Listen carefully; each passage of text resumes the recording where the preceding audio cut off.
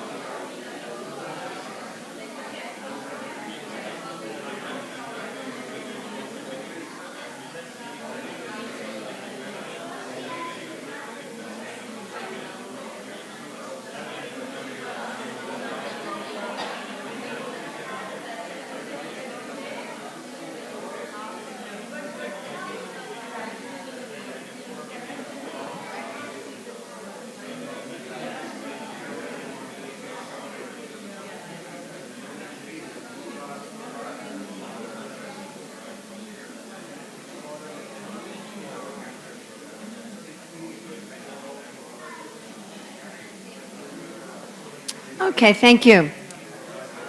All right, so now, Raghunath Das Goswami is saying, okay, very good. You have attachment for Guru, for the process of surrender, for all the devotees, for the holy places, the holy name, the mantras. You're making an effort, not identifying as a good person or a bad person, proper relationship with Lord Chaitanya and with Guru, patient life after life, following Swarup, Rupa, and Sanatan.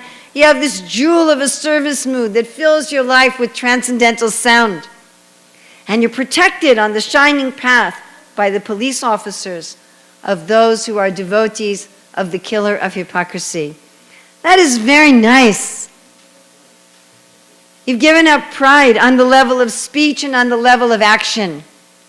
But what about the mind?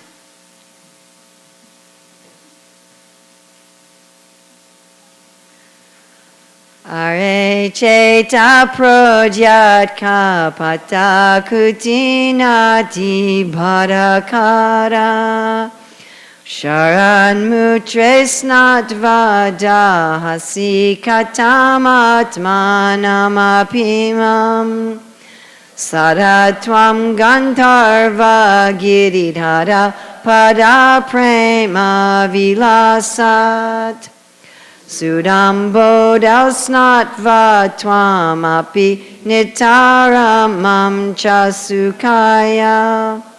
O ruffian mind, why do you burn yourself and me, the soul, by bathing in the trickling urine of the great donkey of full-blown hypocrisy and duplicity? Instead, you should always bathe in the ocean of love emanating from the lotus feet of Sri Sri Gandharvika Giridhari, thereby delighting yourself and me. Does anyone remember how Raghunath Das Goswami spoke to his mind in verse 1? Very sweetly. He said, my dear brother, I'm holding your feet. I'm beseeching you with sweet words. Well, here he's a little heavy, isn't he? Oh, ruffian mind. And why is he heavy here? Because this is the verse that deals particularly with the problems created by the mind. In the previous verse, with the ropes of the thieves, that was hypocrisy where one is deceiving others. Speaking one way, behaving a different way, being a hypocrite to others. This verse is about being a hypocrite to ourselves, deceiving ourselves. It is a very subtle and difficult layer of pride. Bhaktivinoda mentions how on this verse, on the gross platform, the enemies of lust and his friends are dead by the side of the shining path of bhakti. And a person is thinking, I am behaving properly. I'm pakka. All my activities are first class in bhakti, and so I am getting clean. And Raghunath Das Goswami says, you had better look up and see what is your shower. He said it might be the backside of a very big donkey. Now, how does one know that one has this problem? He says that donkey urine is burning. It's burning. If somebody is doing the activities of bhakti, but their mind is burning, their mind is not full of peace and joy and equanimity, that is the symptom of this problem. Now, when a person who's doing all the activities of bhakti properly, maybe not 100%, but basically doing all the activities of bhakti properly, and they're not having that inner peace and joy and equanimity, instead there's a burning in their mind, how do they often respond? What we see is that people think, well, I guess bhakti doesn't work. I'm doing all the activities of bhakti, but I'm still not achieving the inner state that I read about in the scripture, so bhakti must not work. And so those people sometimes give up bhakti completely, or they may give up bhakti partially. You know, they may still chant their rounds, but maybe they're not even trying to be attentive anymore. Or they may not chant all their rounds, or they may not, they may have some difficulty. Or they think, well, and this is very common, if I'm doing everything properly and I'm still not having this peace and joy, it must be somebody else's fault. So who do they blame usually? What kind of people do they blame? What categories of people do they blame? Well, there's two main categories of people that get blamed. Yes, leaders. They'll blame their guru, their temple president, their GBC.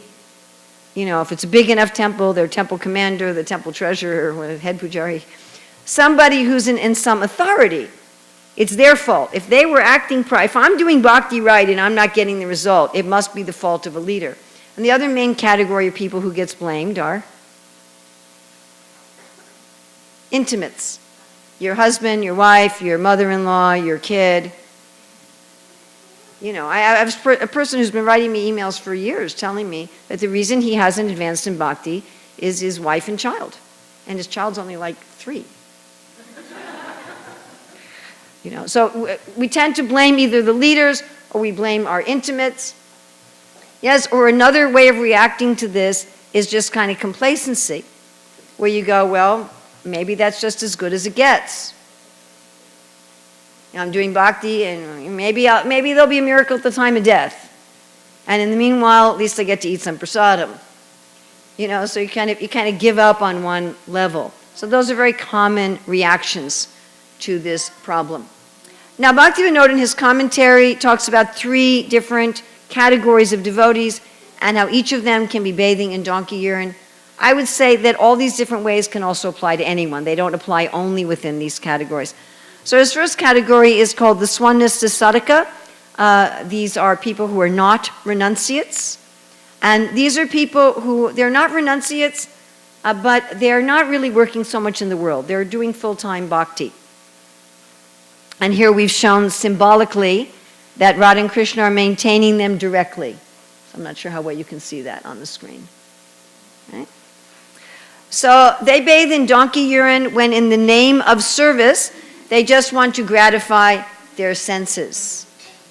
And here we've shown this picture on a very gross level, but this is also true on a subtle level. So if one is doing service just so one gets a nice, corner office in the temple. You understand? So when the motive for doing service is one's own sense gratification or ego, although externally one is doing service. This problem is quite common, and in fact this problem can be institutionalized, where you give very nice service to people who are wealthy or influential, and you ignore humble devotees.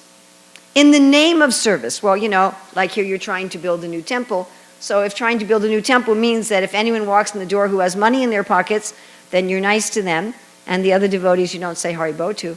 After my mother died, I got a little inheritance. I gave it to one temple for their goshal, and then when I came to visit that temple, they gave me garlands and a welcoming kirtan and mahaprasadam, and I said, I don't have any more. The next time I went, I was a nobody. I mean, you may be familiar with the fact that Peter Burwash does a survey every year. He usually does it by phone, right?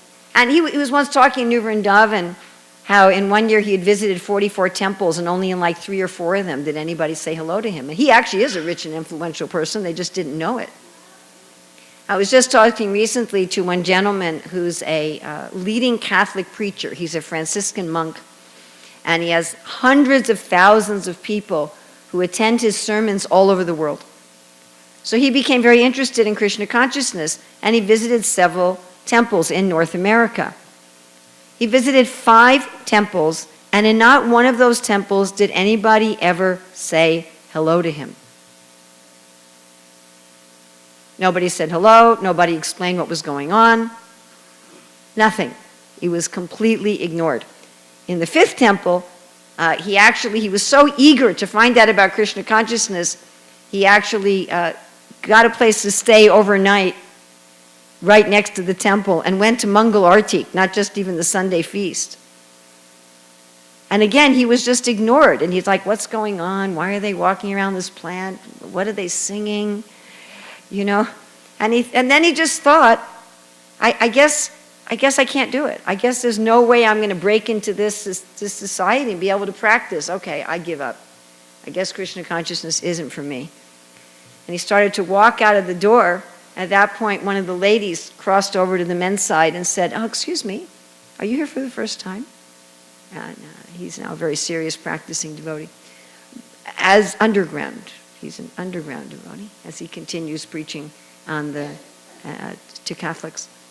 But there's definitely this kind of problem. I once visited a temple in India where it was a small temple, and I was very obviously a guest. There was no question that I was not a guest. There were only 15 people in the morning program anyway. And I was going there every morning for 10 days, and on the 10th day, somebody walks up to me and says, "We need you to make garlands." And I was thinking, "Haribol? Welcome to our temple. What's your name?" Something like that. So this tendency, and thinking I'm doing this in service, for service, for this or that, I'm giving special attention to people who are rich and influential. Wanting to accumulate personal wealth and opulence, meditating on wealth and opulence. This is a very common one, wanting to win arguments, and so resorting to distorted logic rather than to Shastra. And it's very, very common. And, if you want to waste your human form of life, you can find many examples of this on the internet at any particular moment. Right? People just arguing some philosophical or theological point just to be right. This is a problem we had a lot in ISKCON in the 70s. We still have it in some places. People artificially taking up the renounced order for prestige. So we definitely had a lot of people in the 70s and 80s taking sannyas for prestige. You still have some places, I'm sure it doesn't go on here, but you still have some places where people stay in the brahmacharya ashram until they're 40 or 45, just because it's a more prestigious situation, and finally they crack at 45. Then there's the parinista sadhaka. So this is the majority of devotees. These are people who are not in the renounced order, and they're working in the world. They have a job, they have a career, they go to school, and so forth. And Bhaktivinoda says that these people bathe in donkey urine when they make a show of being very strict, whereas they're keeping many subtle material attachments. And this is an interesting one. This is being more attached to non-devotees than to devotees. We've symbolized this here with the karmi and the jnani and the yogi. And here's the devotee who's like, I guess I just don't have any place here. So one common place we see this is in devotee restaurants.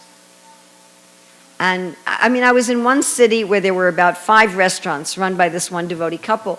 And I said, "So you're distributing a lot of prasadam?" And they said, "Well, not really." I said, "Well, why is that?" They said, "Well, it's too hard to work with the devotees. So we just hire non-devotee cooks." And I was recently in another place where they said the restaurant had been, people who weren't even vegetarian who were cooking. And I said, "Well, why is it so hard with the devotees?" They said, "Well, it's Kartik, they go to India for 2 months.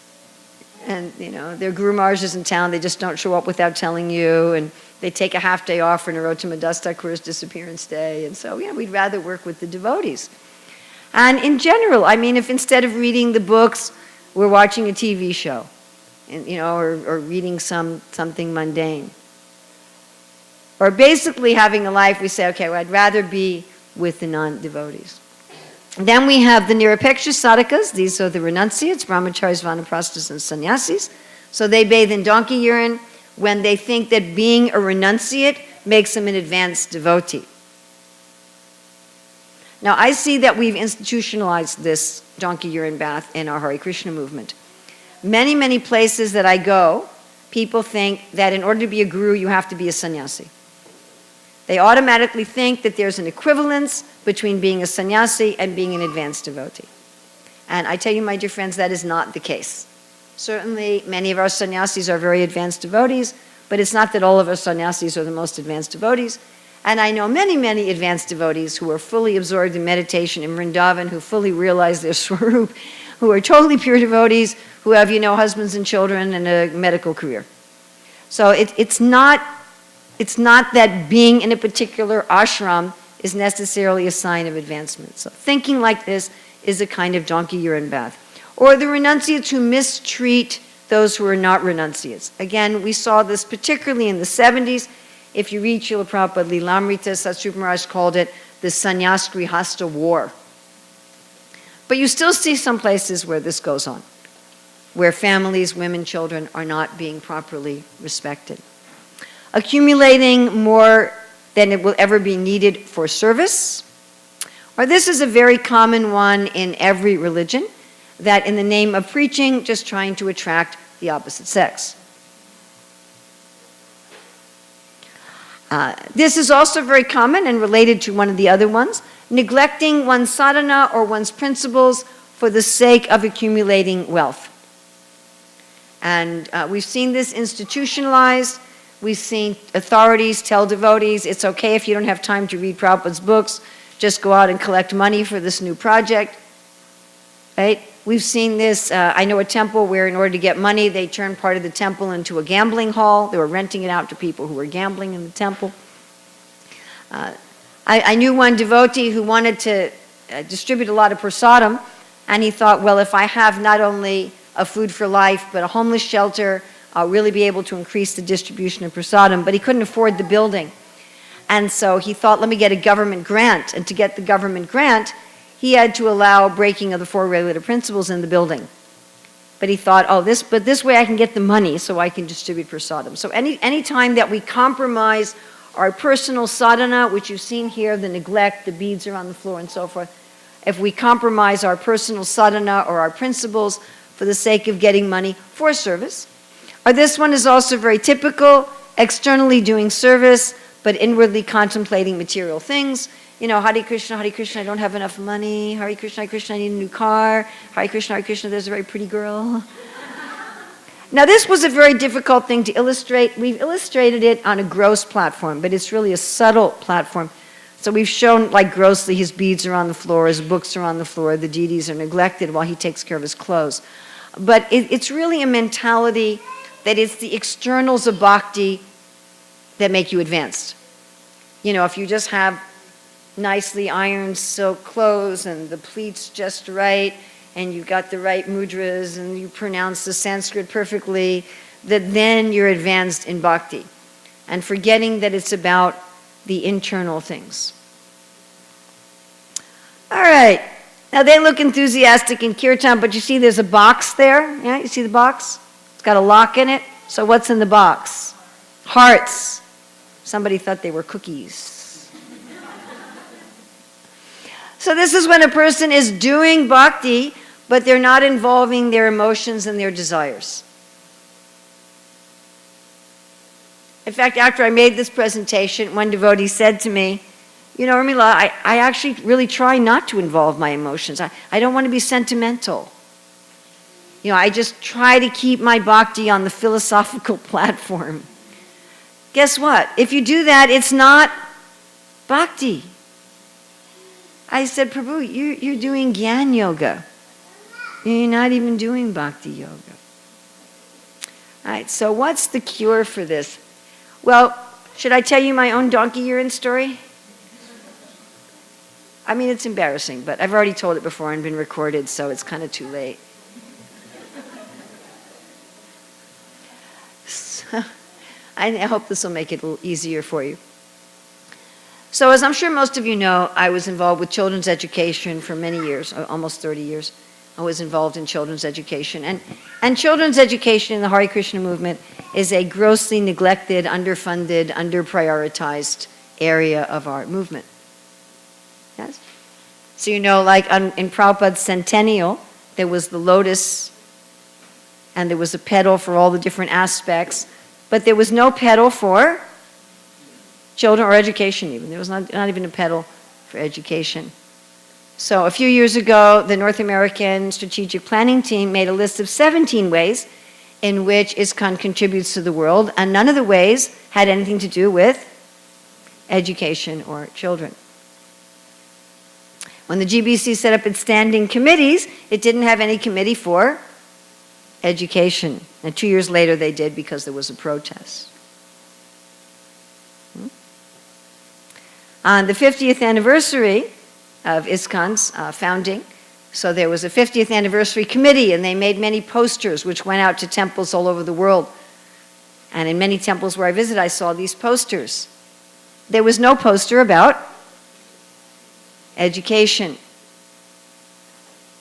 The main poster said Prabhupada opens schools, restaurants, and farms. Not schools, temples, just should have said schools. Temples, restaurant, and farms. Nothing about schools.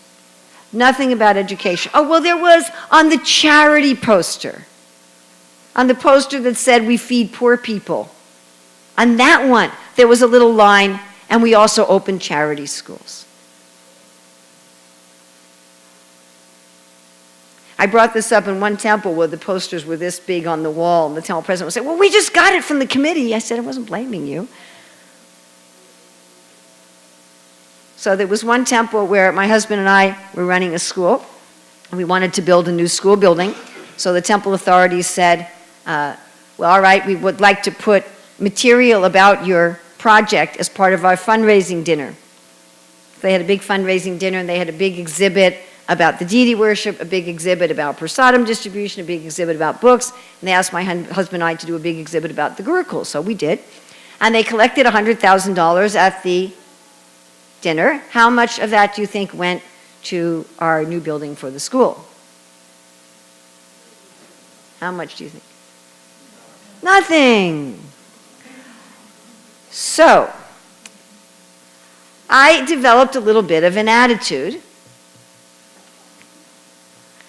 that resources, right, financial resources, human resources, should be going to schools to educate our children.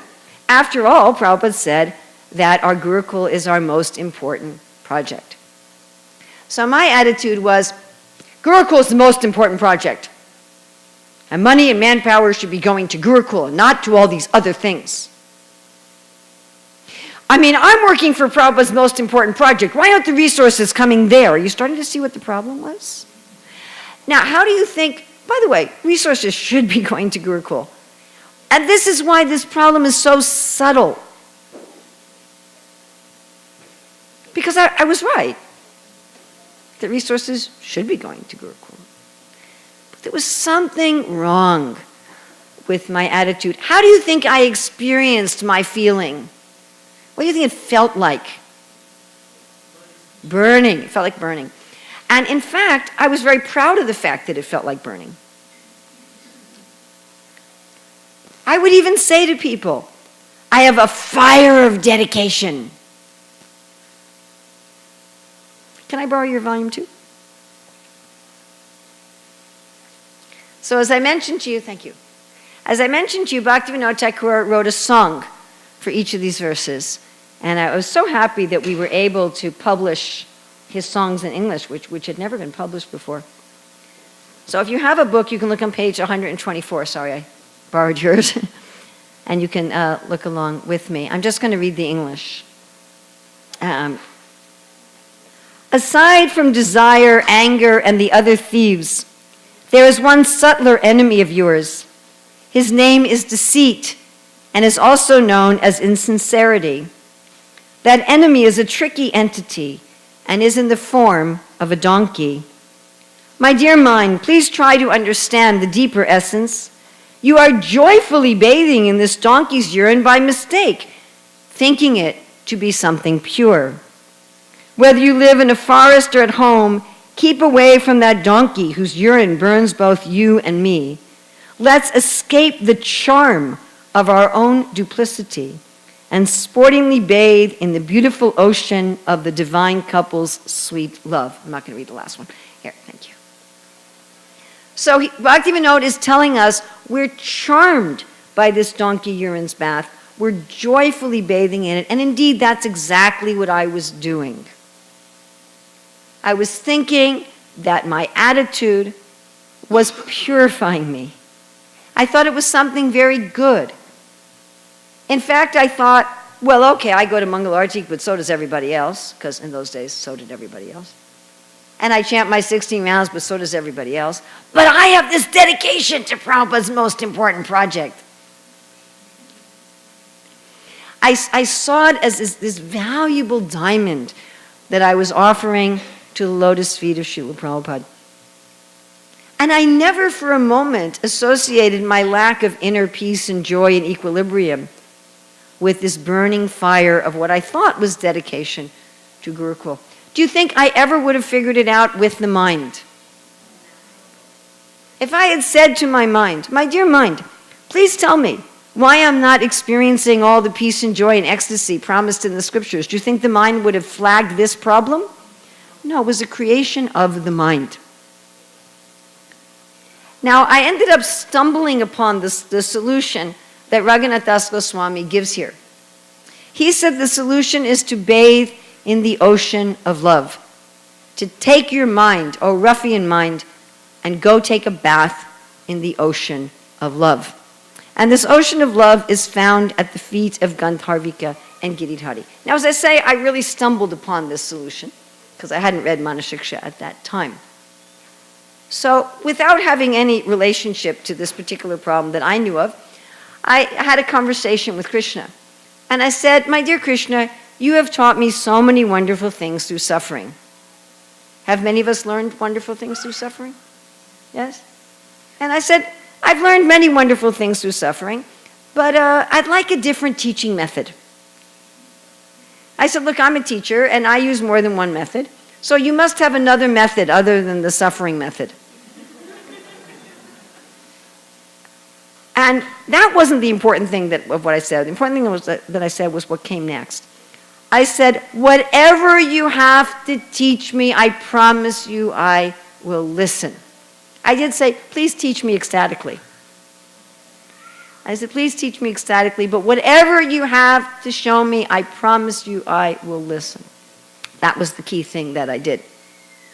All right, a little while after that, I was invited to work on a devotional encyclopedia, electronic encyclopedia of Krishna consciousness for the purpose of collecting funds for the Mayapur temple. Now, this is not the current design of the TOVP. This was a very long time ago under Harikesh. Now, you remember what my issue was? My issue was that money and manpower was going to things like temple construction instead of to Gurukul. You remember that, right? Okay, so I was invited to write this encyclopedia that had the purpose of collecting funds to build the Mayapur temple. So it was the most ecstatic service that I ever had. It was like a service that was custom designed for Urmila. It's like if someone had taken my nature, what I find enjoyable and relishable, and made something just for me. I was in a beautiful, beautiful temple. I mean, absolutely gorgeous, out in the country. Prasadam was just, oh my God, first rate. Morning program, well attended, incredible kirtans, incredible classes. I had all the equipment that I needed to do my service. The team I was working with had a real collegiality, a lot of friendship, a lot of creative energy. The people who were running the project, they had the right mix of giving you direction and giving you freedom. And then the work itself, I was researching all about Prabhupada's life and Krishna conscious philosophy. And then it was mentally challenging. I had to take complex ideas and put them into a little box on the computer. Made me appreciate the plaques you see in zoos and museums, you know, where they put everything about a tiger into a little metal rectangle. Did you ever think about how hard that is? That's really hard. You just get one letter off and it doesn't fit, you know, so it was always this like mental puzzle. I mean, I was just having such a great time. So I wrote all of this encyclopedia. I'd done all of the aspects, Prabhupada's life, philosophy in brief, philosophy in depth, all the activities of the Hare Krishna movement in all different areas. And I had one more area to finish, and that was about the Mayapur temple. So I went to work on that, and I couldn't do it. I just couldn't do it. I couldn't think. I couldn't organize my thoughts. I just couldn't. I was completely blocked. I didn't know why. And I loved the service so much. I was so happy that I wanted to find out what was blocking me. I wanted to go through the block because I was enjoying the service so much. And then Krishna showed me, you're bathing in donkey urine. I thought it was a dedication. What was it really? You can tell me. It's all right. I already know. What was it really? It was ego. What kind of ego? What flavor of ego? It was definitely some ignorance. What else? Definitely a lot of pride, but one thing even more prominent than all of that. No, not position. Envy. I was envious that these other guys were getting more money and more, prominence and higher priority than my service. I didn't think of it as my service. I thought it was Prabhupada's service. You understand? I didn't think of it, this is Urmila's service. It's Prabhupada's most important project, and it should be getting priority in this. But that wasn't what it was about. Not really. It was really about, this is my service. And why isn't my service on the priority list? And why are these other people's services getting more than mine? It was envy. And when I saw that it was envy, I was like, ugh. And I was able to let it go. And interestingly enough, I didn't lose my desire that Gurukul should be funded and prioritized. I found out that you could still want Gurukul to be funded and prioritized without being envy and prideful and angry and egotistical about it, which was quite a surprise. So I'd like us to do a little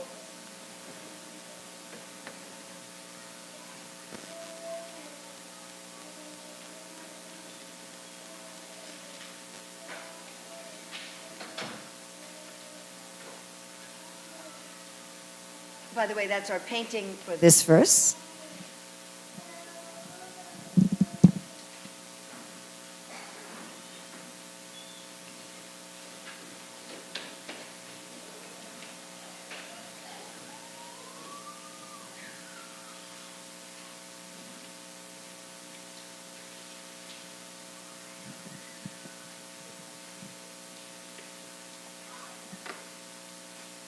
So if a person has this, they're doing bhakti, they're not doing any kind of major mess-ups, not talking about minor, occasional, but they're not doing any kind of major mess-ups. They're really in the process of bhakti, but their mind is burning. Their mind is on the mental platform. They're dissatisfied. They're not experiencing inner peace and joy and equanimity.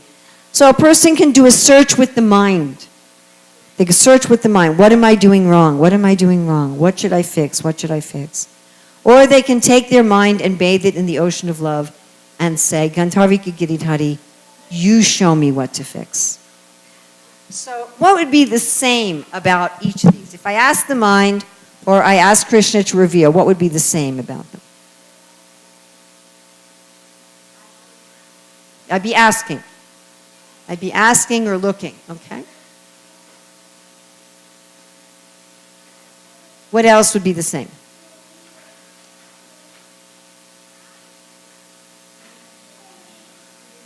Okay, so I'm doing bhakti, but my mind is burning. I'm not feeling the peace, the joy, the equanimity that Krishna talks about in the Bhagavad Gita. And I want to know what the problem is.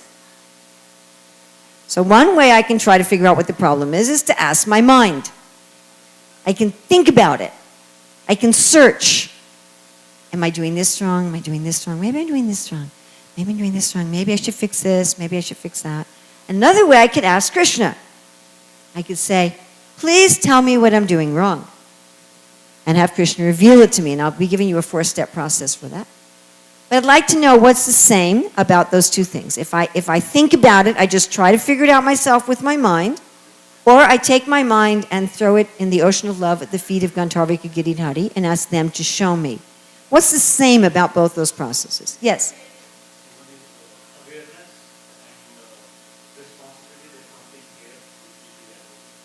So in both cases, I have some awareness that I have some personal responsibility. Excellent, I like that.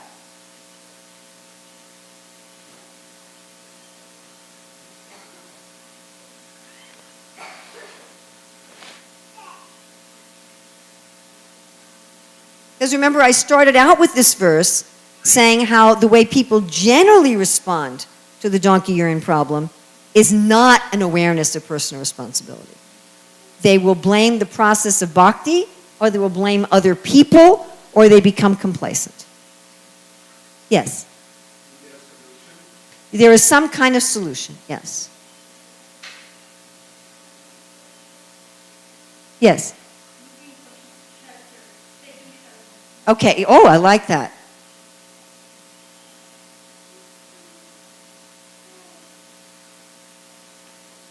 Yes. We are not victims. Okay.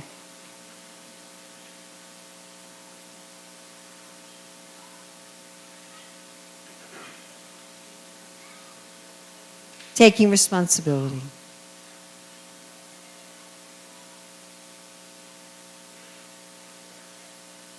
Okay, now let's look at how these are different.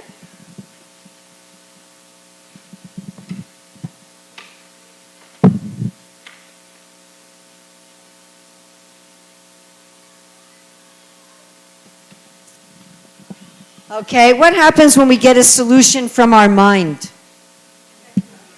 Huh?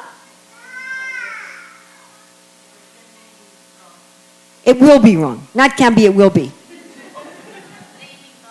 It will be wrong, and the reason it will be wrong, again, is this is a problem that is created by the mind. The first problem, the prostitute and the tigress, was a problem of speech. The thieves with the rope was a problem of action. This donkey urine is a problem of the mind itself. As the mind created the problem, the mind is not going to give you the answer to this problem. Whatever answer the mind gives you will be wrong. And what happens is the mind will say, go work on that thing. And you'll be working on the wrong thing. You'll be working on something that isn't really much of a problem. Or you'll be working on something that you're not ready to work on yet. And you'll just get frustrated. You know, the mind will distract you to something that's not the issue. What is another thing about the mind? Yeah. More problems then? Temporary solutions. This is a big one.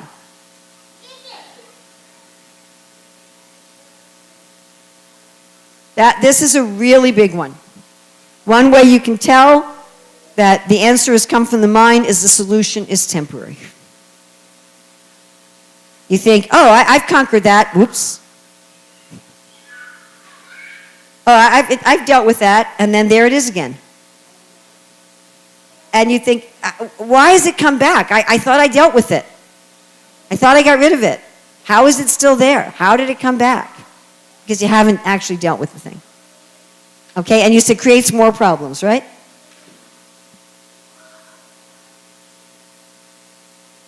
Prahlad Maharaj says this. He says the solutions are worse than the problem. Based on false identity, okay.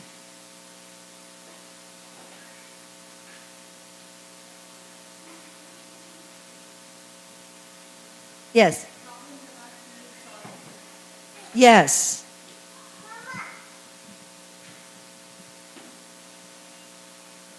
Any others? Yes. It depends upon my own ability. Oh, thank you. Depends on my own ability. And I don't know about you guys, but my ability is not sufficient for this task.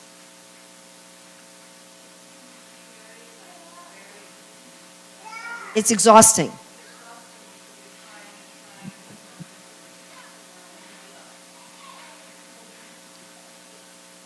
Yes.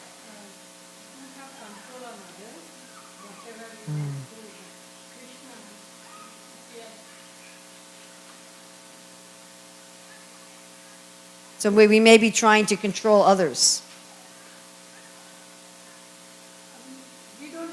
But we don't. But the mind may give us a solution like that.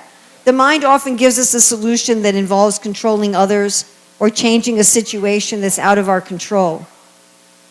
So often when we go to the mind says, oh, the problem is your spouse, the problem is your city, the problem is your this. And then we get so frustrated that we can't control our spouse, as far as I know. If any of you figured out how to do that, please share it with the group. So, we can't control our spouse or our mother-in-law or whatever. And the mind tells us that that's the kind of solution we need to have. And that's a solution that we actually can't have. Yes? So you basically say solution is external and given out by the mind. Well, it may be external or it may be something internal, but it's not the real problem. Or it may be something that we don't have the ability to do. If say, okay, the mind may say, this is an external, the problem is really external. You need to have a different service. You need to get married. You need to get unmarried, or you need to do this, or you do that, or you need to force your spouse to go to a psychiatrist, or whatever it is. It may tell you something external that you can't control, or it may tell you something internal that's wrong. My mind could have told me the real problem is you haven't done enough to get money for Gurukula. That's why you're so unhappy. It might have given me the wrong problem. The real problem is you're too lazy, or something like that. It might have given me something that wasn't actually the problem. Or it might give me a problem. It might say, the problem is you're angry about this. But if I didn't get rid of the envy, I couldn't get rid of the anger. You follow? And so I might be trying to get rid of the anger and trying to get rid of the anger and I wouldn't be able to. And then I'd think, it doesn't work. And if you think the mind is giving you the right answers, then also you tend to think Krishna consciousness doesn't work. And I like what you said about being, depending on our own ability and just becoming exhausted. I'm trying to depend on my own insight, my own intelligence, my own willpower, and so forth. And it just doesn't work. All right, let's look at Revelation.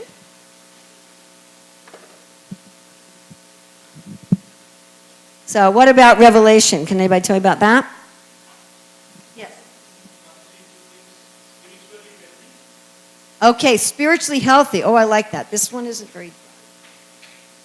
We're going to get a darker one.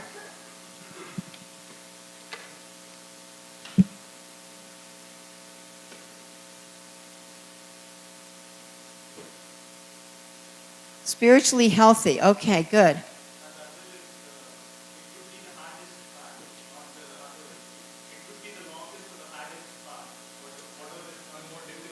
It could be a more difficult. Well, actually it isn't though. It may look like that. It's actually the easiest. Perfect solution.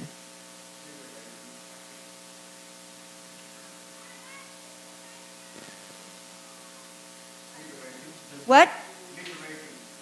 Liberating, yes. Yes. It's not limited to my ability. That's why it's easiest.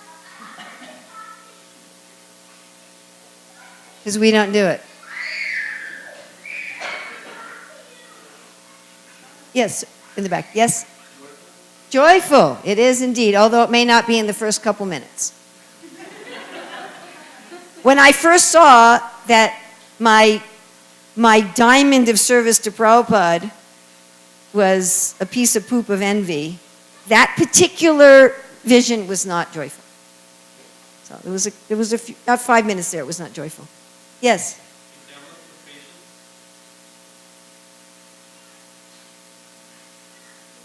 I think it really develops also faith.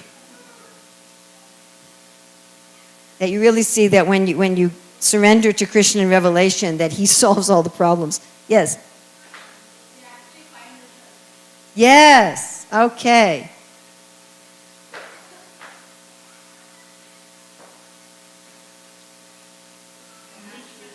What? Detachment, yes. And someone said peace, detachment, peace. Okay, so we're going to go through a 4-step process based on the Bhagavad Gita.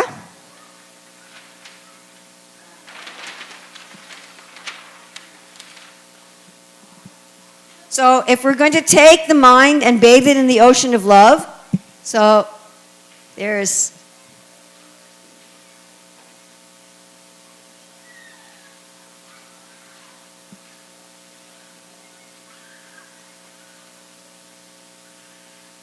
this is the Krishna steps. This is Krishna's flute.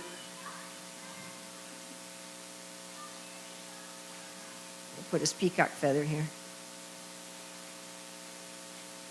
I'm sorry, that's a kind of crude peacock feather and flute, but you can kind of get an idea. Steps 2 and 4 are done by Krishna, and steps 1 and 3 are done by ourselves.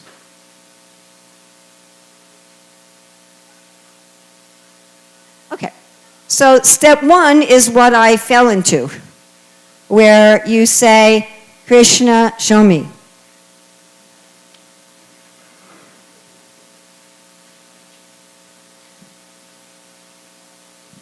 Step 2, Krishna shows you.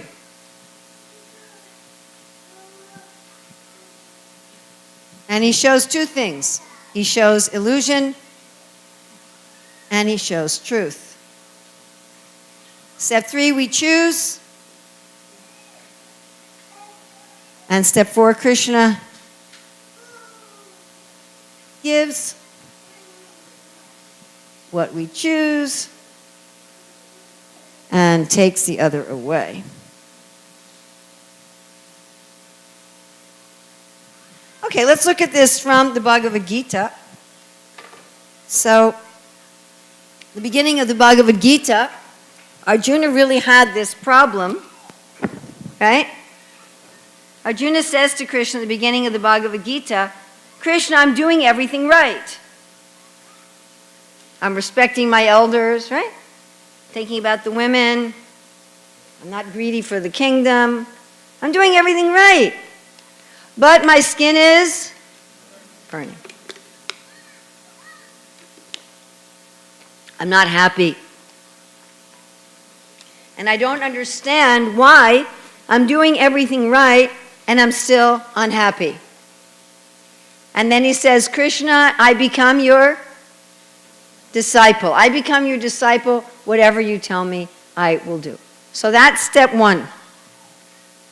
Step 1 is really taking shelter of Krishna. Now, to do step 1 requires some courage.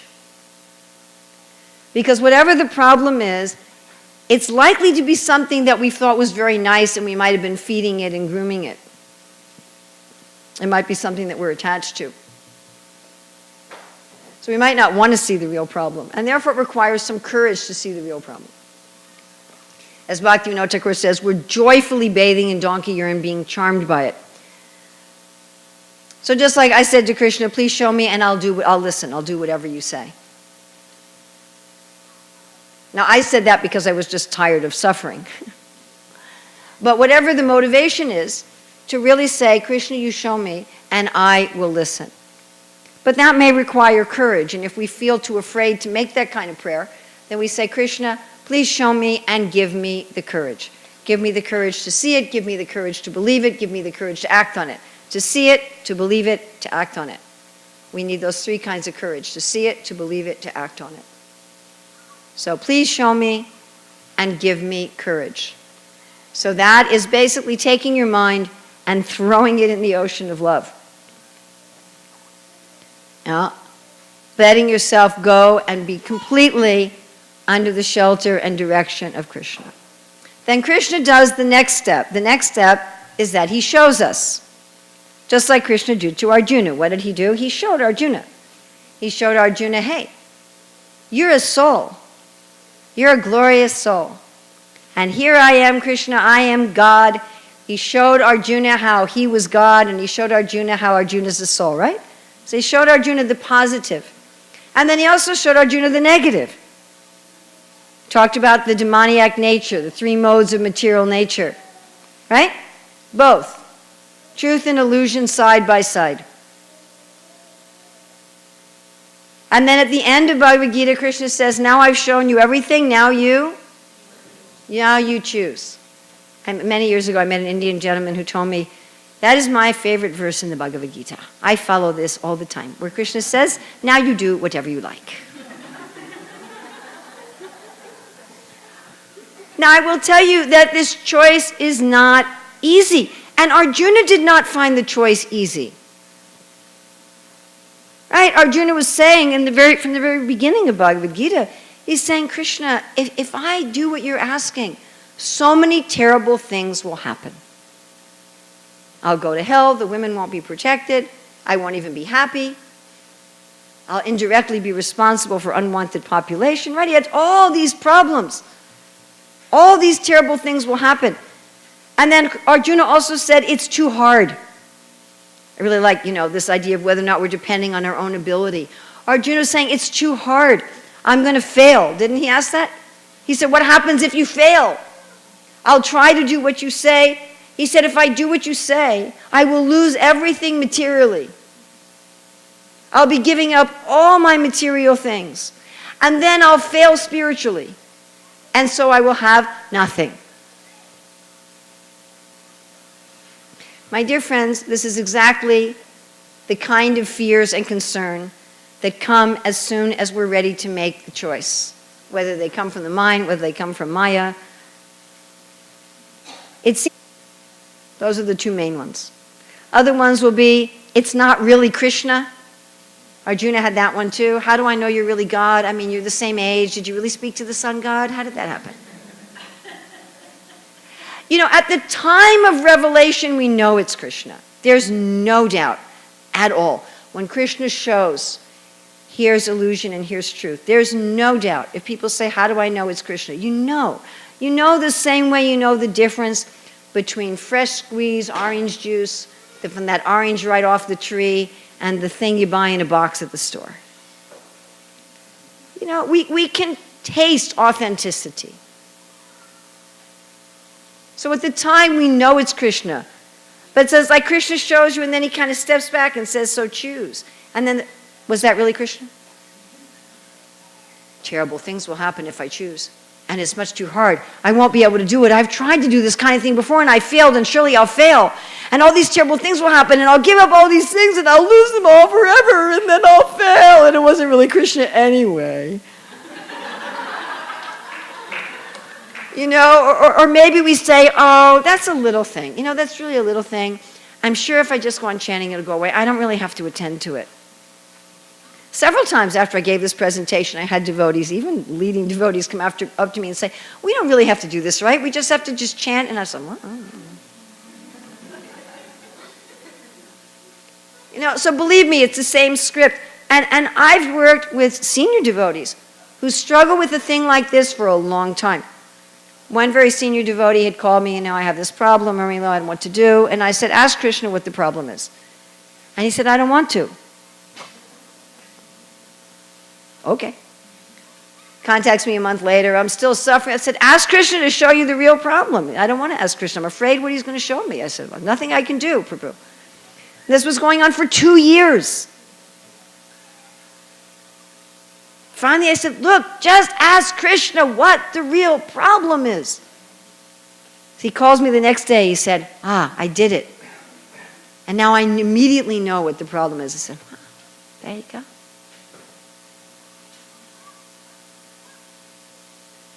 It took 2 years just to even ask. There was another devotee, again, a very senior preacher, who contacted me, you know, my mind's just burning, everything's dry, I don't have any taste anymore. And I said, you're probably acting below your level of advancement. I said, why don't you ask Krishna, what's the problem? And again, he didn't want to ask. He said, you tell me. I said, first of all, I don't know your heart. I don't know what your problem is. I said, I might be wrong. I said, second of all, even if I did know and I told you, you wouldn't believe me. You can't help other people with this stuff, by the way, because the mind will put up a defense. So 3 weeks he kept bugging me. I said, you have to just ask Krishna. He said, why don't you ask Krishna? So he kind of wore down my resistance. I asked Govardhan, and I got some answer. And I said, this is what the answer I got. He said, oh, that's wrong. I said, I told you, you wouldn't believe me. You know, so then finally he asked Krishna. And then he said, you were right, but it was worse than what you said.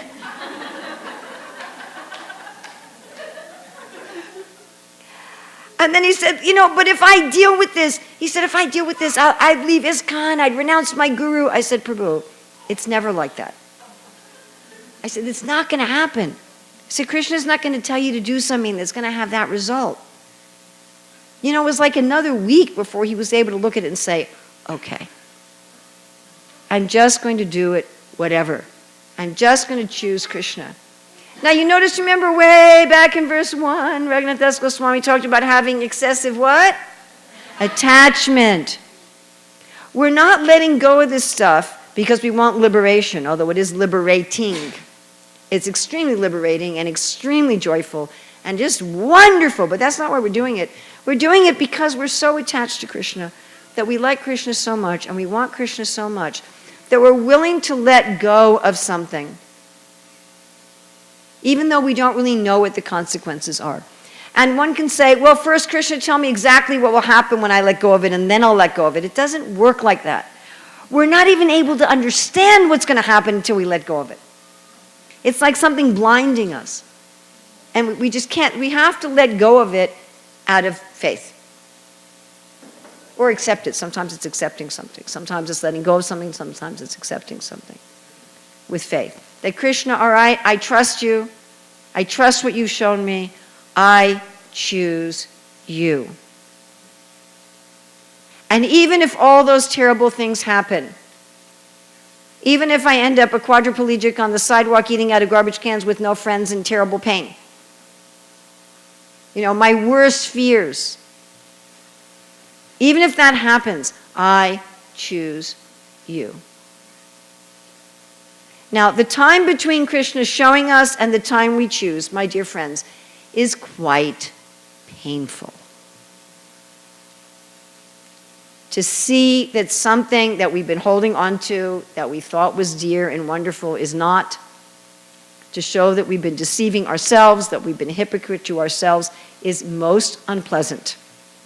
Try to make that time very short. Once Krishna shows, try to say to Maya, I know that script. I've seen that movie before. Terrible things will happen. It's too hard. I already know how that, I'm not listening to it. Go away. And just choose. Then as soon as you choose Krishna, what happens? Immediately he removes the problem permanently. It's gone. Could you get it back? Well, if you really wanted to. If you were really determined. I want that problem back. But you'd really have to be a great exertion of will to get the problem back. It's just gone. It's gone, and one is filled with joy and peace and gratitude. So that is bathing in the ocean of love. All right, so this afternoon we meet again at what time? 3 o'clock. We go from 3 to 5. So we'll be doing the last obstacle, and even, sorry to say, deeper and more subtle one than we did just now. But then it's over. Then it's over, and the other verse we'll be doing will be the turning point in Manah Siksa. And we may do a third verse this afternoon. I haven't decided if we're going to do 2 or 3. And then tomorrow we'll be doing the verses having attained perfection and being free of all the obstacles. So we have like about 6 minutes. If anyone has questions, yes.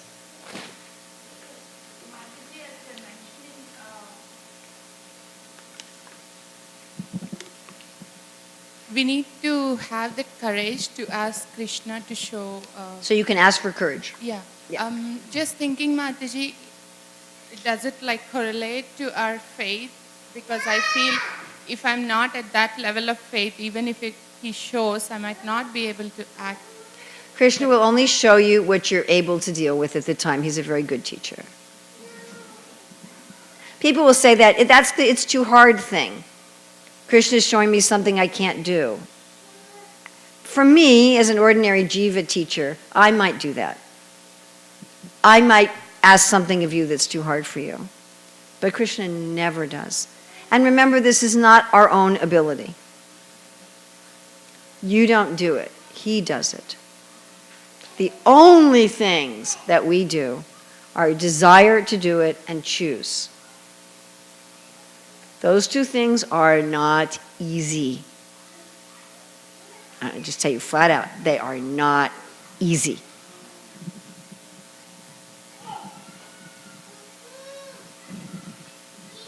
But you can do it, and once you start doing that, it becomes so delightful. Because we start getting rid of all this stuff that's our problem. And we start having a mind that's swimming in the ocean of love all the time. Just imagine that. Not only at this point is one free from the ropes of lust and his friends on the gross level, but one's mind is always swimming in an ocean of love. Isn't that worth the difficulty of asking and choosing? But asking and choosing it's extremely hard. Those are not easy things to do. They get easier because after one's done them a few times, one starts saying, hey, this is really nice. The result is really nice. But it is definitely not easy to do that. Yes, Prabhu. You know, when you ask Krishna to show you, does he reveal it to you internally, always, and or externally, like maybe through devotees? It's always internal, but it could be external also. And he's really clever with how he does it, and he's really perfect about it. You know, and he's not limited. So it could be something you hear in a class. It could be something you read in a purport. But there's some sort of internal resonance where it's like, that's your problem. It could be somebody saying something to you. It could be a non-devotee at a grocery store saying something to you. It could be just a realization in your heart. I mean, there's so many different ways. Obviously, it's got to be within the realm of Guru, Sadhu, and Shastra. You know, if you think Krishna has told you to go up on the rooftop and shoot people, that's not Krishna. So, you know, it's got to be within the realm of Guru, Sadhu, and Shastra. And then it's got to have the results of 9.2. All the things listed in Bhagavad Gita 9.2. Yes, Prabhu.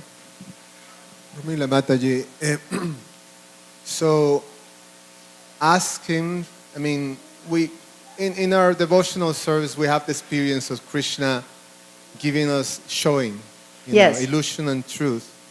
Now, the choosing becomes, this major problem in certain things that are really, really ingrained within our, hearts. So, the choosing of illusion, although Krishna is showing you truth. Now, that part, the second part to the questions, I put the two and then you can comment on it.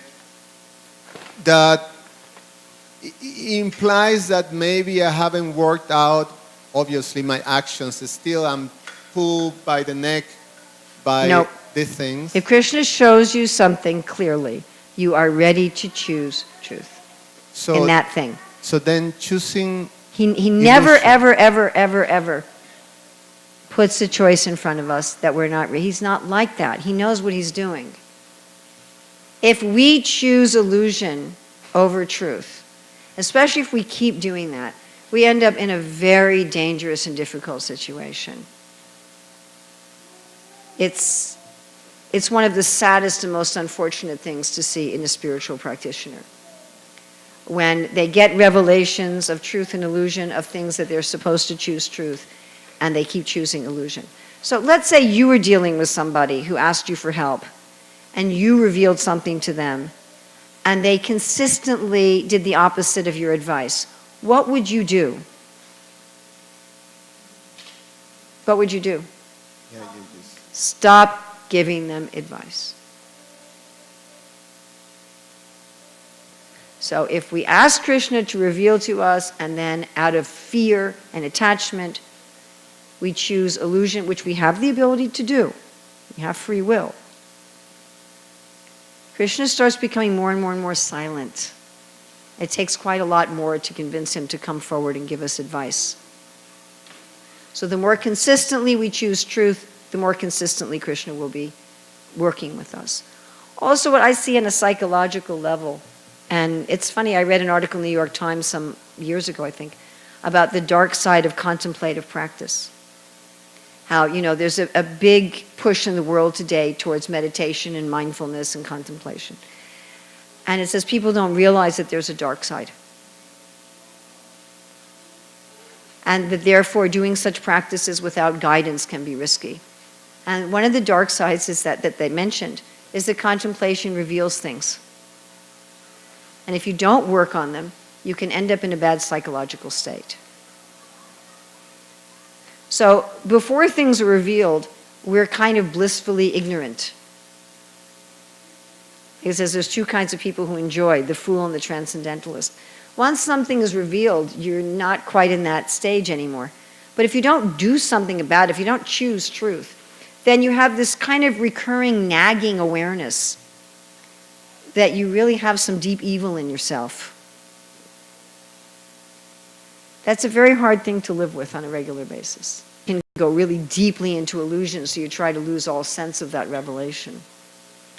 So that's a dangerous thing to do, to consistently choose illusion. If it's done once or twice at the beginning, Krishna still works with you as a beginner, but at a certain point, you're playing with stuff. Just turn it off. At a certain point, we're really expected to choose truth. What do you do if that situation happens to a devotee? What do you recommend? Like practical, It's actually, it doesn't sound practical, Prabhu, but it really is practical. You have to tell people to ask Krishna to show them and give them the courage to see. There's not another option. There just is not another option. There's one place where Prabhupada says, chanting removes the dust from the heart. He said, but if you don't want the dust removed, if you want to keep things as they are, then there's nothing that can be done. And this is not something, like Raghunath Das Goswami, for the thieves, he says to go to another devotee. For the prostitute and the tigress, he says to go to the service mood of Radha and Krishna Vrindavan. For the thieves, he says to go to a devotee. For this one, he says to go to Gandharvika Giridhari. It's just the only way to deal with it. You can't force this help on somebody else. You can help, you can encourage them, and you can be a catalyst for it, but it's something that they really have to do. If someone's been stuck in that place for a long time, they probably have gotten into one of the other spaces of complacency or not being so strict anymore or blaming. And if they've been in that place for many years, it can be really tough. If somebody's been in this donkey urine bath for decades and they've responded to it by blaming everybody else in their life, and they haven't even taken a step of looking even internally in the mind and taking any responsibility, it's very, very difficult. But I don't see anything else I have not seen anything else that can be done. You really have to say, you need to ask Krishna. You need to ask Krishna for the courage. Now, if they're not willing to do that, then, you just say, keep chanting Hare Krishna and taking prasadam. And eventually, if they do that, they will want to ask Krishna. Frankly, it might not be this life. But eventually, the desire will come to ask Krishna. I was just talking the other day to somebody who had all this amazing insight and revelation, and I said to her, I'm so happy to hear you talking like this after 20 years. That this is the kind of way, this is what I had hoped all the time. This is somebody who regularly went to me for advice and never listened to a word I said. And this was, I said, all these years, this is what I was hoping that you would do. Yes.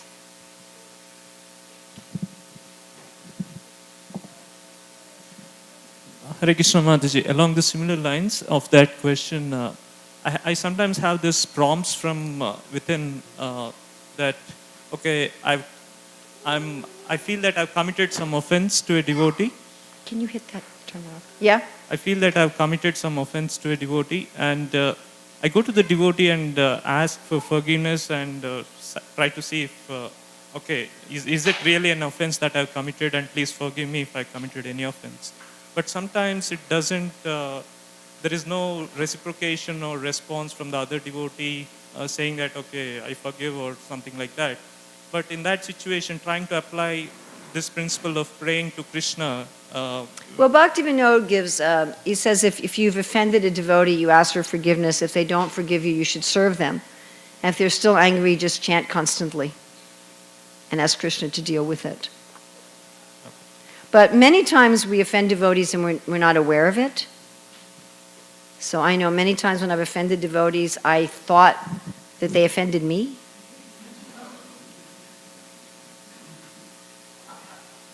Instead of understanding that I had offended them.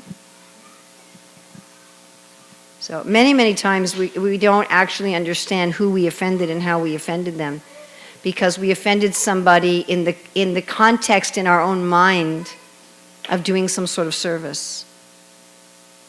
And we don't really understand that we've offended a devotee. But anyway, if you understand that you offend, that's what you do. You ask for forgiveness. If they don't forgive you, you serve them. And if they're still not forgiving, then you just chant incessantly. I think it's time for me to stop the class. One more question. Okay, that's it, and then we need to end. What to do at the beginner level when you don't know how to ask Krishna and you didn't really ask, but you receive some kind of awareness, some kind of response? Well, Krishna's really nice in the beginning. In the beginning of Krishna consciousness, Krishna gives all sorts of revelations and understanding, even if we don't know anything and don't know how to ask. How to recognize what is from him and what is from Oh, you? okay. So there's two main ways to know what's from Krishna and what's from the mind. The first way is it supported by the scriptures, by the guru, by the saintly persons? So do you have something You are the that's... beginner, you don't know what a guru Well, says. as far as you can ascertain. Oh. As far as you can ascertain. You know, I mean, even if you're an advanced devotee, you may not know every word in every single scripture. So as far as you can ascertain, does it have support? You know, if you think you have some revelation and there's no support in the scriptures and the advanced devotees say, no, that's not right, then it's probably something else. And the other thing, that's objective, more or less objective. It's not totally objective, it's pretty objective. The other thing is subjective, and that you want to go to Bhagavad Gita 9.2. Anybody know Bhagavad Gita 9.2? Raja Vidya Raja Guyam Pavitram Idam Uttamam Prachaksha Vagamam Dharmam Susukam Kartamaviyam. Raja Vidya. It fills you with the king of knowledge. You are filled with an awareness, a great superior, supreme awareness. Raja Guyam. It's very secret. You feel that you've gotten to the essence of something. Your awareness of knowledge is you've understood a principle and an essence and an eternal truth. Pavitram, you feel very purified. You feel like you've taken a bath in an ocean of love. You actually have a subjective feeling like that, as if you're just diving in this unlimited expanse of purifying love. Idam uttamam, you know, if you've only drunk the chemical juice in the store, you know, it's just like colored water with sugar and flavor. And then you have some real juice. The first time in my life I had a locally grown organic tree-ripened peach. I was about 20 or 21 years old.